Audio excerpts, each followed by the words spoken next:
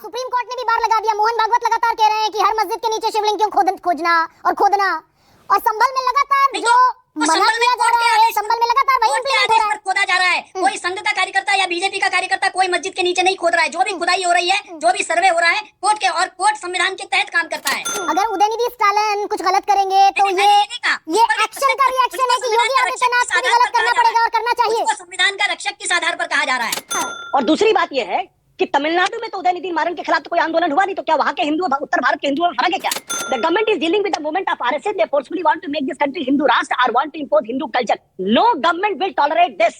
This is Sardar Patel, not Pandit Jawaharlal Nehru. भाई इसलिए कोई सवाल बनता है क्या कि देश सनातन के हिसाब से चलेगा या संविधान के हिसाब से चलेगा? जय श्री राम दोस्तों।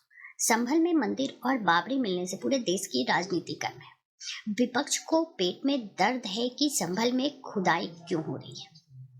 इसी पे जोरदार डिबेट, जिसमें बीजेपी प्रवक्ता ने आशुतोष और गरिमा सिंह दोनों की बोलती बंद कर दी।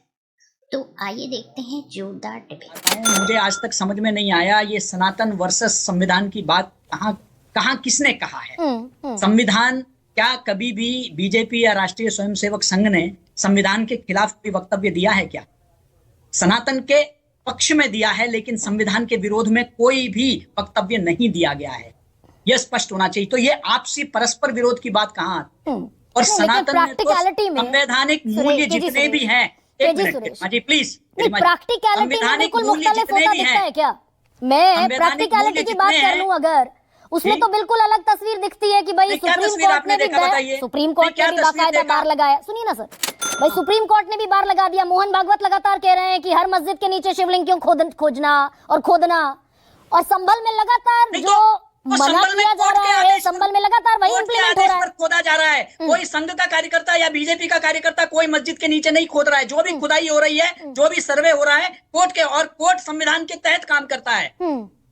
आप कैसे कह सकते हैं कि बीजेपी और संघ के कोर्ट के ऑर्डर पर सर, आप कहेंगे कि आज कोर्ट के उस पर है, ये तो कोई बात नहीं है सर। कौन सी कोर्ट के आदेश पर? नहीं सर, संभल में पक्ष में आदेश दें। संभल में जितनी बावड़ियां खुद रही हैं, जितने कुएं मिल रहे हैं, किसके आदेश पर हो रहा है साहब? किसके निर्देश पर हो रहा है? अदालतों के निर्देश पर हो रहा है। अदालतों को कुछ जायज लगता होगा तभी कर रहे हैं वो। कौन सी कोर्ट ने आदेश दिया, बता दीजिए मुझे, मेरी हो सकता है जानकारी कम हो। कोर्ट के ऑर्डर पर खुदाई हो रही है। कौन सी कोर्ट ने आदेश दिया सर? कुछ बोला है सुरेश? जो भी डिस्ट्रिक्ट कोर्ट है, जो भी जिला स्तर पर जो कोर्ट है, उनके आदेश पर हो रहा है। उसके बाद तो सुप्रीम कोर्ट ने कह दिया कि भाई जब तक अगला ऑर्डर जनवरी में नहीं होगा तब तक ना कोई नई याचिका होगी, ना कोई नया सर्वे होगा। हाँ तो ठीक है। उसके बाद जो है कोई, वो तो अदालत तय करेंगे ना कि कौन सा लेना है नहीं लेना है। अदालत ने तय किया है, किसने और किसने किया है, ये बताइए ना। तो ये परस्पर विरोध की बात तो मुझे समझ में ही नहीं आ रहा।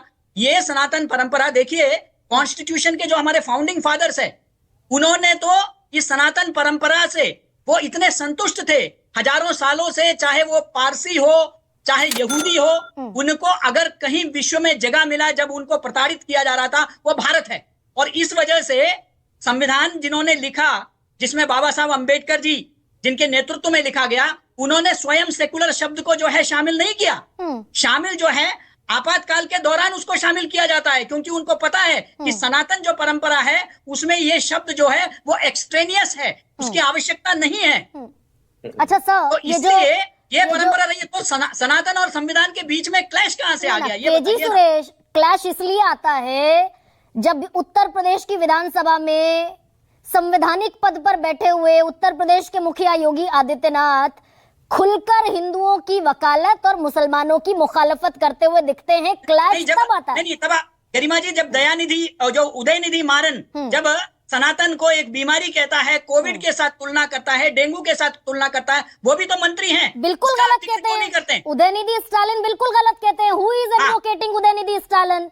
Nobody is here who is advocating Udhayanidhi Stalin. वो तो संविधान के लेकिन उदयनिधि स्टालिन अगर, लेकिन केजी सुरेश, आप इतने लर्नेड आप वक्ता हैं, अगर उदयनिधि स्टालिन कुछ गलत करेंगे तो ये एक्शन का रिएक्शन है कि योगी आदित्यनाथ को भी गलत करना पड़ेगा और करना चाहिए। संविधान का रक्षक किस आधार पर कहा जा रहा है?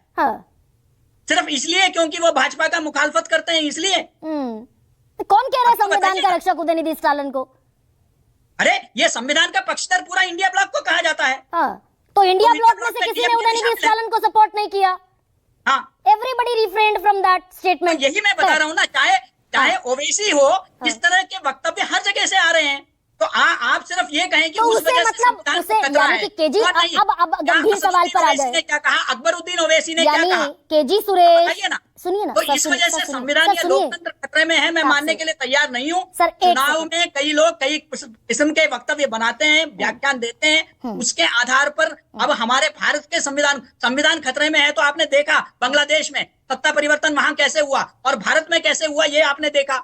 सर एक सवाल आपने पूछने की महाराष्ट्र और इजाजत दे हरियाणा की दीजिए बात की, जम्मू कश्मीर में भी कि हुआ, आपने जो झारखंड में भी कहा हुआ। कि इस तरह के बयान चारों तरफ से आते हैं तो होने दिया जाए, नहीं नहीं, ये नहीं मखौल है। बनने दिया जाए तो संविधान का।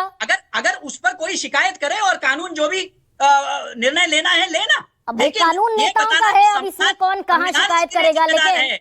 आशुतोष, ये हरियाणा और महाराष्ट्र के बाद दिल्ली में भी अंबेडकर के नाम पर अरविंद केजरीवाल ने झंडा उठा लिया है। अंबेडकर का अपमान नहीं सहेगा हिंदुस्तान, लेकिन क्या महाराष्ट्र और हरियाणा के बाद Delhi is a tough battle for BJP? Suresh ji इस बात को लेके बहुत ही ज्यादा आंदोलित हैं, उत्तेजित हैं कि उदयनिधि मारन ने क्या बात कह दी। ये बात कही ना, तो ठीक है, मैं उदयनिधि मारन को कंडेम करता हूं। आप दयानंद सरस्वती को कंडेम कर दिए। चलिए, दयानंद सरस्वती ने जो महाभारत जो भागवत के बारे में कहा, आप सुरेश जी आप बोल नहीं सकते हैं। आप अगर बोलेंगे तो मौजूदा कानून के मुताबिक हो सकता है आपको जेल जाना पड़ जाए। लेकिन दयानंद सरस्वती का आर्य समाज, आरएसएस उससे अपने आप को मजबूती के साथ जोड़ता है। और दूसरी बात यह है कि तमिलनाडु में तो उदयनिधि मारन के खिलाफ तो कोई आंदोलन हुआ नहीं, तो क्या वहां के हिंदू उत्तर भारत के हिंदुओं में फर्क है क्या? दरअसल हम जब अपनी सनातन परंपरा को समझते ही नहीं, तब इस तरीके से उत्तेजित आंदोलित होते हैं। हमारी परंपरा में तो 4 वाक्य भी हैं, रणम कितना घम पिबेत, और उसके आगे का जो सेंटेंस उसको अगर आप सुनेंगे तो आपको लगेगा ये कौन सी बात हो रही। दूसरी बात, जब हम क्यों ये डिबेट क्यों जरूरी है, लेट्स रिमाइंड, हमें लोगों को बताना चाहिए कि चेन्नई में सरदार पटेल ने 1949 में जो भाषण दिया था, उसमें आरएसएस के बारे में क्या बात कही गई थी और क्यों संविधान का सवाल खड़ा होता। मैं पढ़ के सुना देता हूं। अंग्रेज उन्होंने जो भाषण दिया, उन्होंने आरएसएस से कहा था, change your plans, leave secrecy, leave communal fight, respect Indian constitution, prove your loyalty to tricolour and make us believe that we can trust you. Make us believe that we can trust you. Say something or do something. This game we won't let you play. ये सरदार पटेल के भाषण है RSS को लेकर। आप कहते कुछ है, करते कुछ है। हाँ। ये गेम, ये खेल हम आपको खेलने नहीं देंगे। हाँ, अब आशुतोष इसको, अब ये क्योंकि हम संविधान पर और डीपर जाना चाहें तो जा सकते हैं। ये बहस पर एक तरीके से वन साइडेड हो जाएगी, लेकिन नहीं, इसलिए गरिमा जी माफ करिएगा, मैंने इसलिए यह बात उठाई क्योंकि सुरेश जी ने और विनोद जी ने सवाल का जवाब पूछा। ये सनातन और संविधान के बीच का जो झगड़ा है ये क्यों है, यही तो मैं कहना चाहता हूँ। सरदार पटेल ने इसी मद्रास के भाषण में फिर आगे बोला था, the government is dealing with the movement of RSS, they forcefully want to make this country Hindu राष्ट्र और want to impose Hindu culture. बहुत जल्दी से इसको जल्दी से सम अप कर दीजिए। खत्म। The government is dealing with the movement of RSS. They forcefully want to make this country Hindu Rashtra or want to impose Hindu culture. No government will tolerate this. This is Sardar Patel, not पंडित जवाहरलाल नेहरू। इसलिए ये सनातन और जो संविधान का झगड़ा है, क्योंकि जब आप कहते हैं कि संविधान को हम मानते हैं, तो सरदार पटेल का मुझे वो कथन याद आता है, जब कहते कुछ है, करते कुछ है। ये गेम हम आपको खेलने नहीं देंगे। ठीक है सुरेश जी, मैं आपको चुनौती देता हूं कि बाबा साहब अंबेडकर की पार्टीशन वाली किताब में एक पैराग्राफ बताइए जो मुसलमानों के खिलाफ लिखा हो, और मैं आपको कम से कम 10 पैराग्राफ बताऊंगा जो उन्होंने आरएसएस के खिलाफ लिखा है, जो उन्होंने हिंदुत्व के खिलाफ लिखा है। यहां तक कहा कि हिंदुत्व एक महाविपत्ति है। ठीक, अब सर मैं चाहती थी दिल्ली पर आप आशुतोष, ये कोई सवाल बनता है क्या कि देश सनातन के हिसाब से चलेगा या संविधान के हिसाब से चलेगा? नहीं, हमने सनातन नहीं लिखा सर, हमने बिल्कुल सनातन नहीं लिखा। आपने बाकी किसी और चैनल पर देखा होगा, लिखा है मैंने लिखा है कि संविधान से चला है और संविधान से ही चलेगा देश। नहीं, आपकी लाइन वो है, लेकिन बीच में आपने एक पोएम बताया हमको कि सनातन वर्सेस कॉन्स्टिट्यूशन हो गया, संविधान हो गया। जिस देश में सनातन वर्सेस संविधान हो गया है, उस देश को अपना प्रीएम्बल बदल देना चाहिए, फाड़ देना चाहिए। जिस देश में एक संस्था जो अपने आप को कल्चरल ऑर्गेनाइजेशन कहती है, वो इस देश का एजेंडा फिट करती है, सेट करने की कोशिश करती है। उसका कोई लोकल स्टैंडर्ड नहीं है कॉन्स्टिट्यूशनली। मेरे को नहीं पता, आशुतोष को पता है, उसका कोई अपना कॉन्स्टिट्यूशन भी है क्या? वो रजिस्टर्ड बॉडी है क्या? मैं नहीं जानता हूं, केजी सुरेश बता देंगे।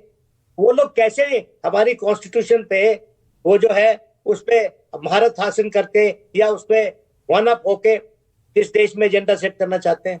क्यों भाई? इस डिबेट को लेकर आपकी क्या राय है हमें जरूर बताएं। हमारे साथ जुड़े रहने के लिए चैनल को लाइक एंड सब्सक्राइब करना ना भूलें। Thank you so much.